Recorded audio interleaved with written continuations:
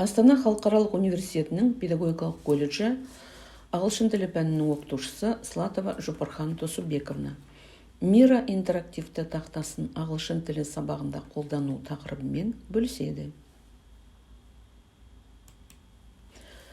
Осы тақырыпты зерделеудегі мақсаты Мира интерактивті тақтасын қолдана отырып, ағылшын тілі сабағында лексикалық дағдыларды бекітудің тиімді жолдарын қарастыру. Міндеті лексикалық дағдыларды бекіту барысында оқытушының сандық дағдыларын арттыру. Мира интерактивті тақтасы дегеніміз белсенді тақта немесе кәдімгі тақтаның виртуалды баламасы.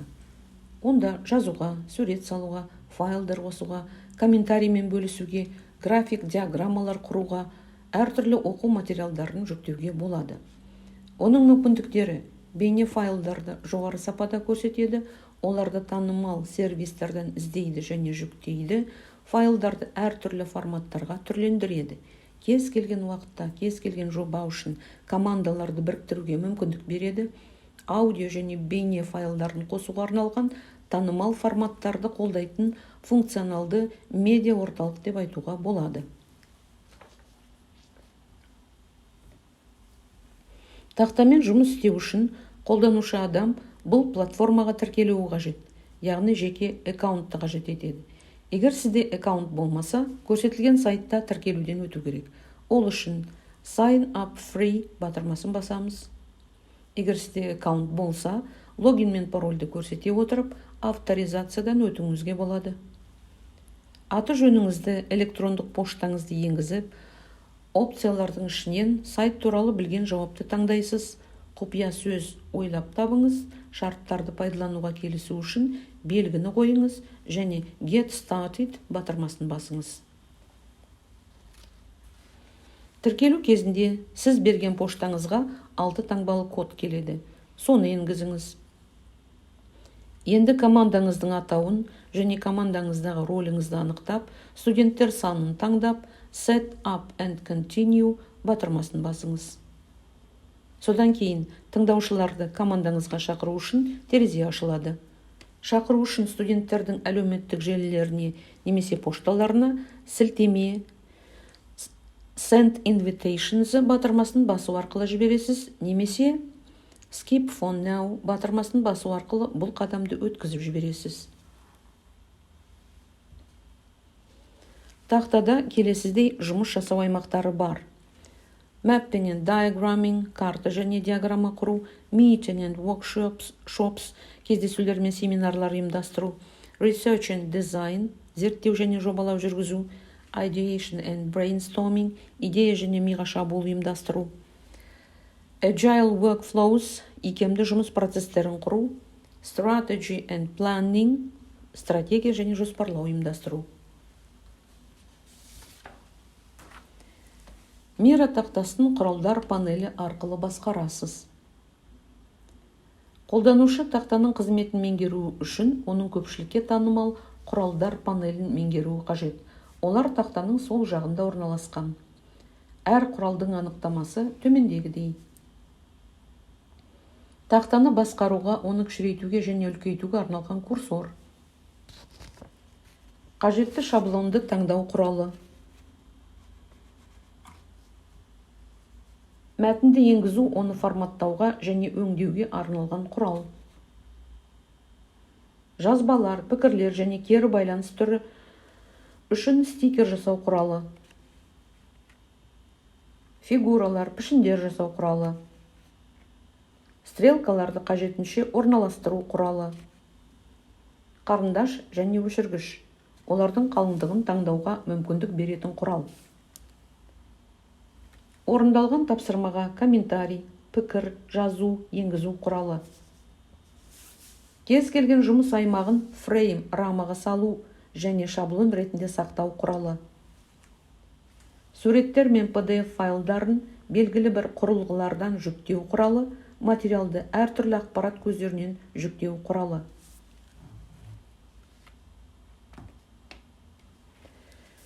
Интерфейсте көрсетілген қажетті шаблонды таңдап, практикалық тапсырмаларды қарастырайық. Оқушылар тапсырманы орындау барысында құралдар панеліне жүгінеді.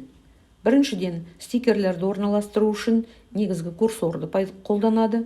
Екіншіден, мысалдарды жазу үшін стикерлерді де фигураны да қолданады.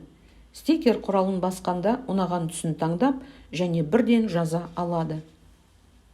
Мысалы, Describing character тақырыбын өту барысында сөзді бекіту үшін келесі тапсырманы қарастырайық. Тапсырма: Find the equivalents for the following words and expressions. Тамаша, блестяще сөздерінің ағылшын тіліндегі баламасы brilliant сөзі екендігін анықтап, оны стикерге жазып орналастыруға болады. Қалған сөздердің балама эквиваленттерін осындай стикерлерге жазып, дәл осылай қылып орналастыруға болады. Келесі тапсырма. How would you describe the person in each of these descriptions? Яғни, берілген суреттеменің мағынасын тауып жазу үшін стикер шаблонын қолдануға болады. She is always here on time. Яғни, оның мағынасы it means she is punctual. She often promises to do things, but half the time she forgets. It means she is unreliable. He finds it difficult to meet people and talk to strangers. It means he is shy. Сол тақырып бойынша берілген сөздерді divide them into positive and negative тапсырмасы. Hardworking, lazy, punctual, reliable, inflexible, clever, ambitious, flexible, stupid, unreliable сөздерін жағымды, жағымсыз сөз қатарына бөліп, топтастырып, стикерлерді пайдаланып, орналастыруға болады. Енді ағылшын тілінен шақтар тақырыбын өттік делік. Оқытушы таблицаны және етістіктер жазылған стикерлерді алдын ала дайындайды. Тапсырма: Match verbs in stickers with the correct tenses on the chart and write down your own sentences by using proper tenses. Жұмысты аяқтағаннан кейін стикерлердің текст және фигураның қызметін қолдану арқылы оқушылардың тапсырманы қалай орындағандарын көруге болады. Келесі тапсырма, мысалы The TV Blackout мәтінін оқыдық делік. Енді сол мәтінге қатысты тапсырманы орындамас бұрын, мұғалім оқушылар жұмыс істейтін fishbone схемасын дайындап қоюы қажет. Ол үшін құралдар панеліне жүгініп, шаблондар функциясын таңдап, ары қарай іздеу жолағында fishbone сөзін теріп, үлгіні таңдайды. Дайын болғасын оқушыларға схеманы толтыру ғана қалады. Тапсырма: Pupils should determine the problem of the text The TV Blackout by using fishbone method. Аяқтаған кезде дайын жұмысты көре аласыз. Онда оқушылар мәселені анықтап, стикерлер арқылы себептері мен фактілерін жазады. Келесі, фразалық етістіктермен тапсырманы орындамас бұрын, мұғалім оқушылар жұмыс істей алатын аймақты алдын ала дайындайды. Осындай мақсатпен Mind Map үлгісін таңдайды, оны Templates бөлімі арқылы таба аласыз. Тапсырма: To write phrasal verbs with look, get, let, put and check. Оқушылар тапсырманы орындай алуы үшін плюс батырмасын басады. Олар оны қажет сөздің жанынан табады. Содан кейін тапсырма бойынша жауаптарын еш қиындықсыз жазады. Көріп отырғаныңыздай, алдыңызда Mind Map үлгісінің нұсқасы. Оны тек өзгерте аласыз. Біздің жағдайда бұл phrasal verbs look, get, let, put and check етістіктері бойынша жауаптары Mind Map үлгісінің орындалған нұсқасы. Мира интерактивті тақтасы шексіз және қолданушы пайдаланып болғасын, ондағы жазбалар галактика жұлдыздары сияқты оның форматын кішірейтуге болады және керісінше үлкейтуге болады. Тиімділігі сол, барлық қажетті ақпарат бір жерде орналасады. Тақтадағы жұмыс түрлері көбінесе стикер арқылы жүзеге асады. Стикер Мира тақтасының шаблоны екенін ұқтыңыздар. Қарастырған тақырыпты қорытындылайтын болсақ, Мира тақтасын сабақтың басында да, ортасында да, соңында да қолдануға ұсыныс жасауға болады. Сабақтың басында оқушылардың көңіл күйін білу үшін пайдаланса, ортаңғы кезеңінде оқушыларға жекелеген жұптық, топтық жұмыс түрінде тақырыпқа сай тапсырмалар беру үшін қолдануға болады. Сабақ соңында кері байланыспен қорытынды жасау үшін қолданса да болады.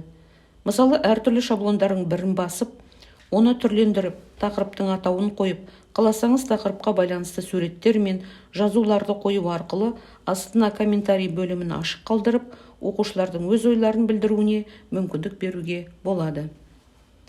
Назарларыңызға рахмет.